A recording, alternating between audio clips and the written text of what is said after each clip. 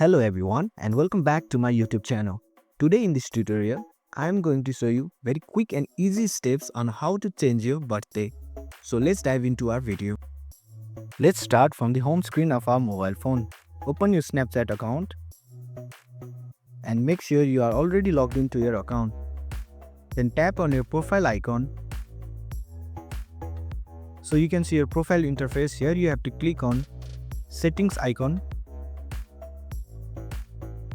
Here in settings, you can see your name, username, birthday, mobile and so on. So click on birthday. This is the part where you can change your birthday. Select your desired date, month and year. Click on continue. Select OK. So you have successfully changed your birthday on Snapchat. If you found this video helpful, please don't forget to like and subscribe. See you in next video and thank you for watching.